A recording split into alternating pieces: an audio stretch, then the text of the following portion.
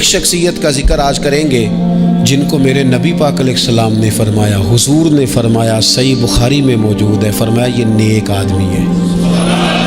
اور یار جسے رسول کریم کہیں بندہ نیک ہے، رجل صالح، حضور نے فرمایا نیک آدمی ہے، جو بالغ نہیں ہوئے تھے اور اس سے پہلے ہی کلمہ پڑھ لیا تھا، جو حج کے مسائل سب سے زیادہ جانتے تھے، جنہوں نے 60 سال مکے اور مدینے میں فتویٰ دیا، صحابہ ان سے فتویٰ لینے آتے تھے، جو بدر کی جنگ میں بھی گئے، احد میں بھی گئے، پر محبوب نے فرمایا عمر تھوڑی ہے، ابھی واپس جائیے۔ خندق میں شریک ہوئے اور اس کے بعد ہر جنگ میں شریک ہوئے۔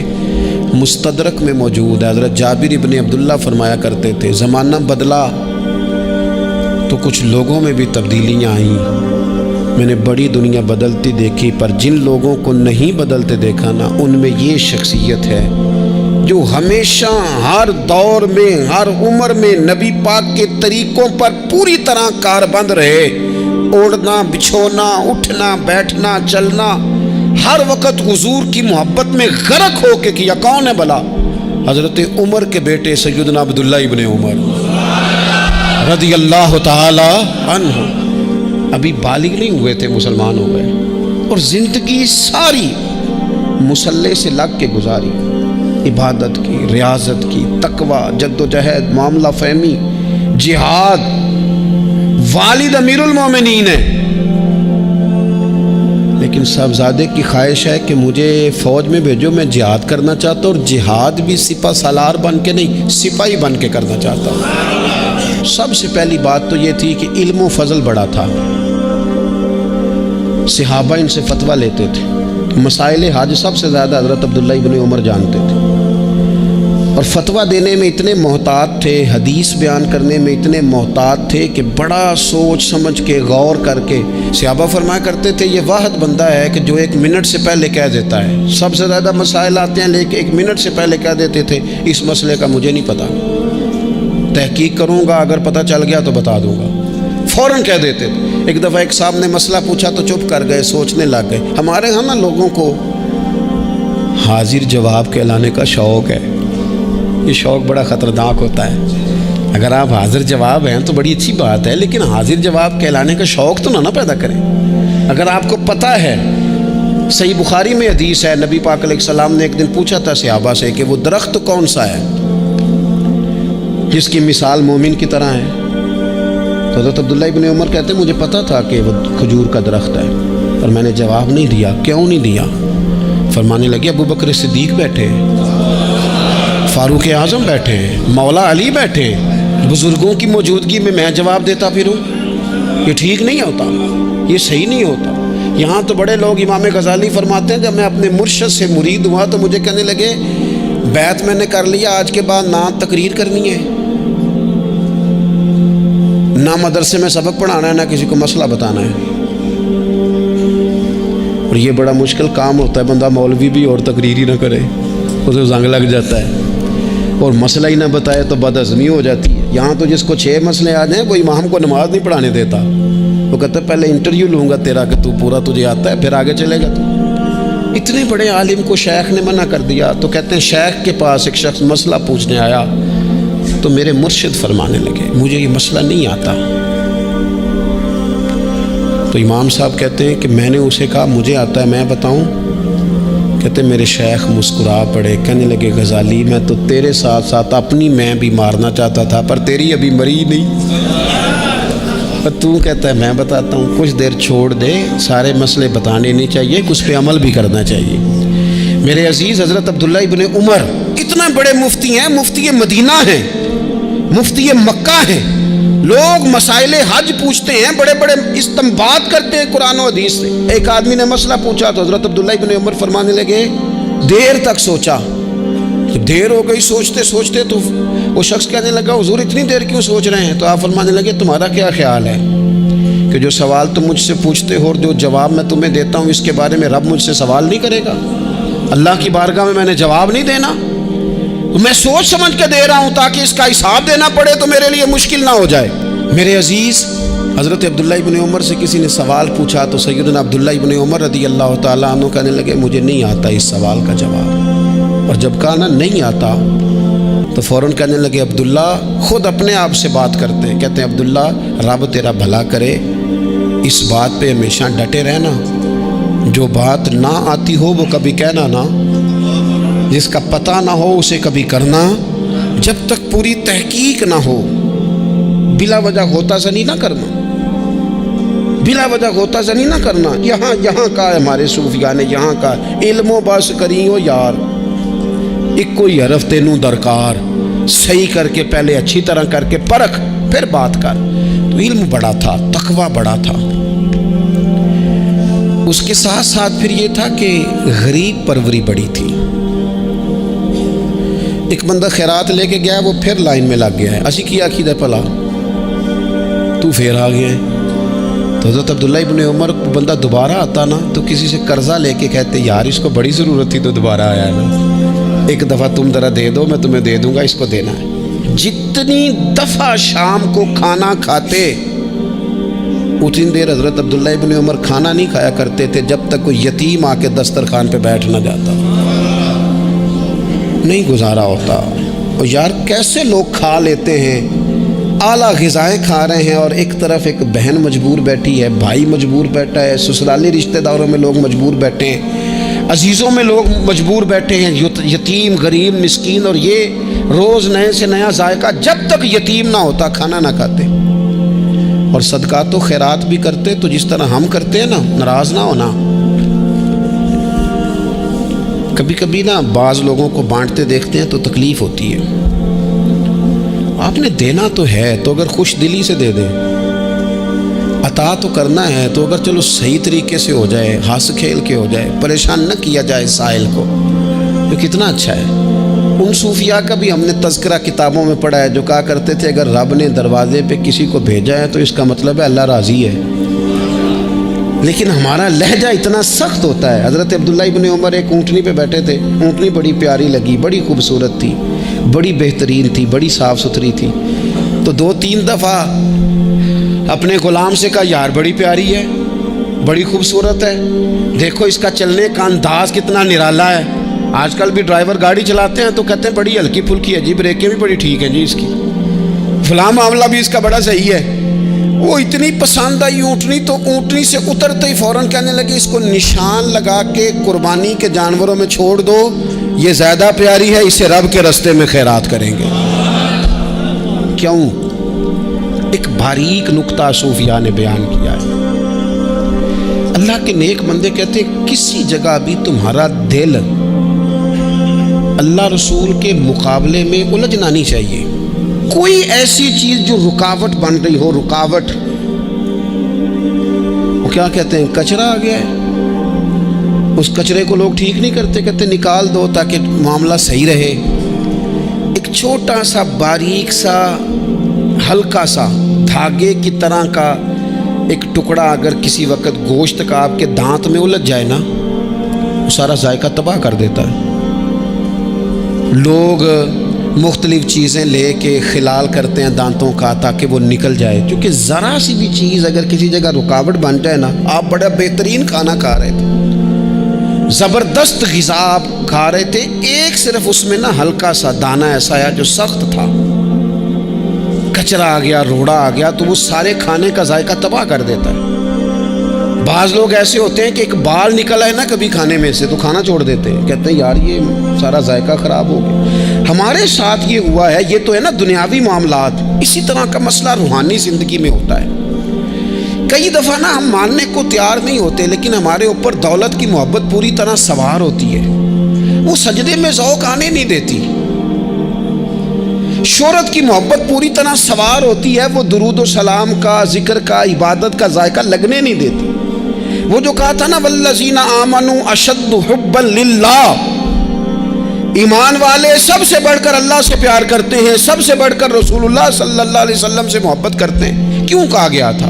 اس لیے کہ ان محبتوں کے مقابلے میں ذرا بھی کوئی اور محبت آتی ہے روحانی ذائقہ خراب کر دیتی ہے، ہمارا دل نہیں لگتا، ہم بور ہوتے ہیں، ہم پریشان ہوتے ہیں۔ مسئلہ یہ ہے کہ جس دل میں صرف رب رسول کو ہونا چاہیے تھا وہاں شہرت آ گئی ہے، شہرت کی محبت آ گئی ہے، دکھاوا آ گیا ہے، مال آ گیا ہے، کئی قسم کے ہم نے بت معاذ اللہ اکٹھے کر لیے، اور پھر وہ ساری کیف مستی آئے، یہ کیسے ہو سکتا ہے؟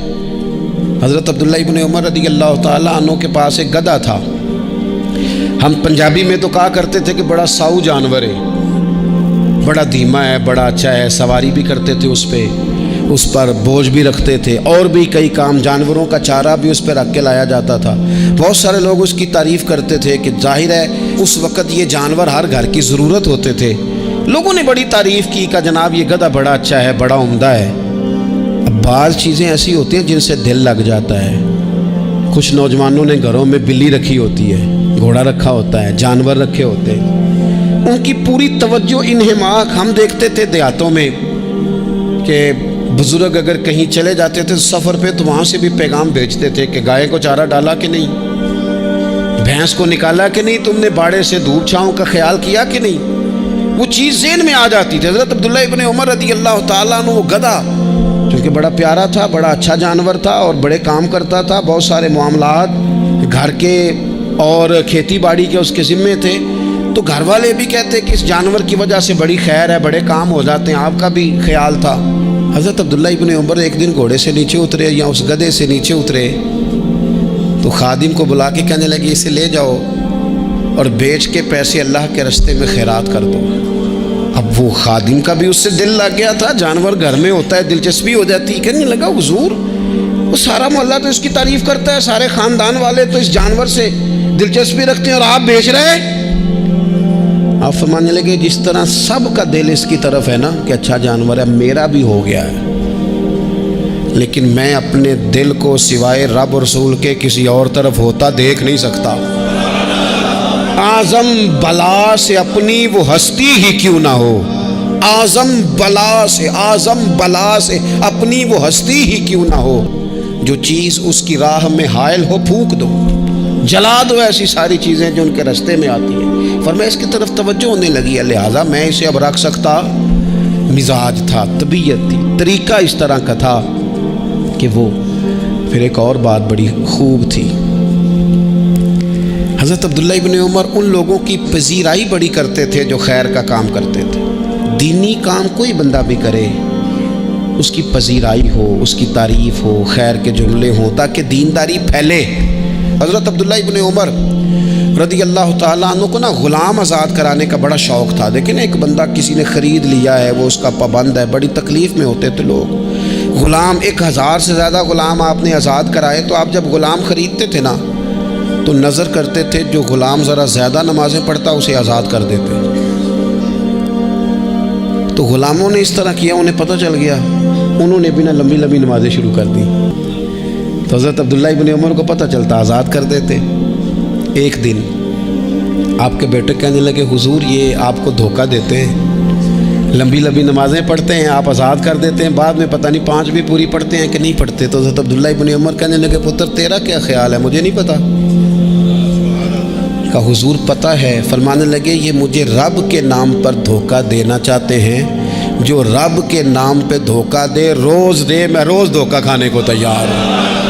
دوسری بات یہ تھی حضرت عبداللہ ابن عمر میں کہ نبی پاک سے محبت کوٹ کوٹ کے بھری ہوئی تھی. حضور کا ذکر آتا تو رو پڑتے، ان جگہوں پہ جا کے ڈھونڈ ڈھونڈ کے بیٹھتے جہاں نبی پاک نے وقت گزارا ہے. ایک درخت کا پتہ چلا کہ یہاں حضور تھوڑی دیر آرام فرما ہوئے تھے، انہوں نے دیکھا تھا یا انہیں معلومات ہوئی تو ہمیشہ اس درخت کو پانی دیتے، اس کا خیال کرتے، کہتے یہ درخت ہمیشہ تر و تازہ رہے، یہاں میرے نبی پاک نے تھوڑا وقت گزارا ہے. وہ مکہ مکرمہ میں بھی جاتے تو وہ جگہ ڈھونڈ ڈھونڈ کے جہاں حضور نے نماز پڑھی تھی نماز پڑھتے. مسجد نبوی میں آتے تو جس ممبر پر حضور بیٹھ کے خطبہ دیتے تو اس پہ ہاتھ پھیر کے چہرے پہ ملتے.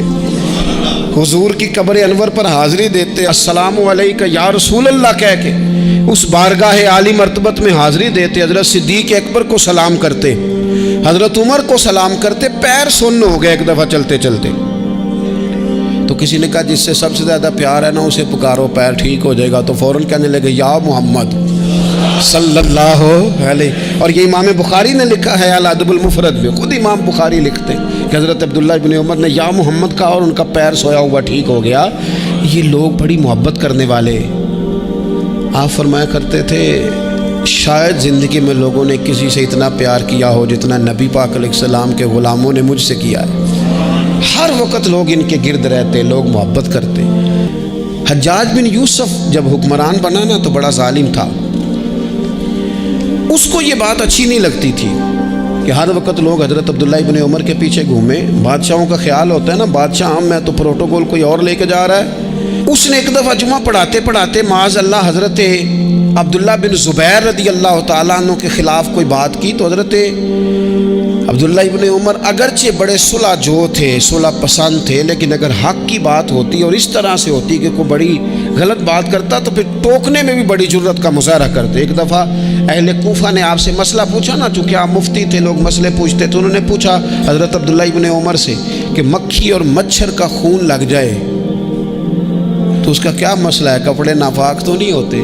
تو سوال کا جواب دینا چاہیے تھا نا، ہوتے ہیں کہ نہیں ہوتے؟ تو فرمانے لگے حسین ابن علی کا خون بہا کے اب مکھیوں کے خون کے مسئلے پوچھنے شروع کر دیے۔ اب تمہیں یہ والا خون نظر آنے لگا ہے؟ حضور کی اولاد پاک کو شہید کر کے اب ان مسئلوں میں آئے ہو؟ میں خیال نہیں آتا تمہارے دلوں میں گھٹن ہے حضور کی اولاد کے لیے اور دین کے مسئلے پوچھتے ہو؟ جاؤ پہلے کشادگی پیدا کرو، تیری نسل پاک میں ہے بچہ بچہ نور کا، تو ہے عین نور تیرا سب گھرانہ نور کا، پہلے کشادگی لاؤ حضور کی اولاد پاک کے لیے، پھر مسائل پوچھنا۔ حجاج بن یوسف نے کوئی بات کر دی، آپ نے ٹوک دیا، آپ نے ٹوک دیا، تو پھر حجاج نے سازش کی۔ اوہو، اللہ والوں کے خلاف جو سازشیں ہوتی ہیں بڑی گہری ہوتی ہیں، بڑی سخت ہوتی ہیں، بڑے جال بنے جاتے ہیں، بڑا حسد کیا جاتا ہے، بڑی تکلیف دی جاتی ہے۔ اللہ قرآن میں کہتے ہیں محبوب یہ لوگ تجھ سے حسد کرتے ہیں، حسد من عند انفسہم، ان کے دلوں میں تیرے لیے حسد ہے، حسد کرتے ہیں لوگ، دور تک نکل جاتے ہیں حاسدین۔ حجاج نے کیا کیا؟ اس نے ایک شخص سے کہا کہ زہر والا خنجر تیار کرو جو زہر میں بجھا ہوا ہو، اور چونکہ حج کے موقع پہ بڑا رش ہوتا ہے لہذا حج کے موقع پہ لے جانا۔ حضرت عبداللہ ابن عمر جب تمہارے پاس سے گزریں، بادشاہ میں ہوں، لوگ ان کے پیچھے، جب وہ تمہارے پاس سے گزریں تو ان کے پیر میں چبو دینا۔ جب لوگوں نے ایسے عالی مرتبت لوگوں کو نہیں بخشا، اتنے بڑے لوگ محفوظ نہیں رہے، تو ہمہ چما کس کھاتے میں؟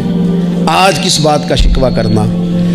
حضرت عبداللہ ابن عمر اس کے پاس سے گزرے تو اس نے پیر میں چبو دیا خنجر، وہ زہر آپ کے جسم میں پھیلا۔ جب شدید بیمار ہوئے تو حجاج تیمارداری کرنے چلا گیا۔ یہ دیکھو، یہ دیکھو، دوستی قاتل سے بھی مقتول سے یارانہ بھی، خود چلا گیا اور جا کے کہنے لگا جی اگر مجھے پتہ چل جائے نا کہ آپ کو کس نے یہ زخم دیا ہے تو میں سخت انتقام لوں گا۔ تو حضرت عبداللہ ابن عمر نے بھی بڑا منطقی جواب دیا، فرمانے لگے مجھے اسی نے زخم دیا ہے جس نے حج کے موقع پر کسی کو خنجر لانے کا مشورہ دیا تھا، اسی نے مجھے زخم دیا ہے۔ گویا فرمانے لگے ظالم تو خود ہی یہ کام کرتا ہے اور خود ہی تو تیمارداریاں کرتا ہے۔ حضرت عبداللہ ابن عمر شہید ہو گئے، مکہ مکرمہ میں آپ کا مزار بنا دیا گیا۔ تقریباً 1500 کے لگ بھگ 1600 کے لگ بھگ آپ سے احادیث مروی ہیں۔ زندگی حسین گزاری، حضور کی خوشبوئیں ہر وقت آتی رہیں۔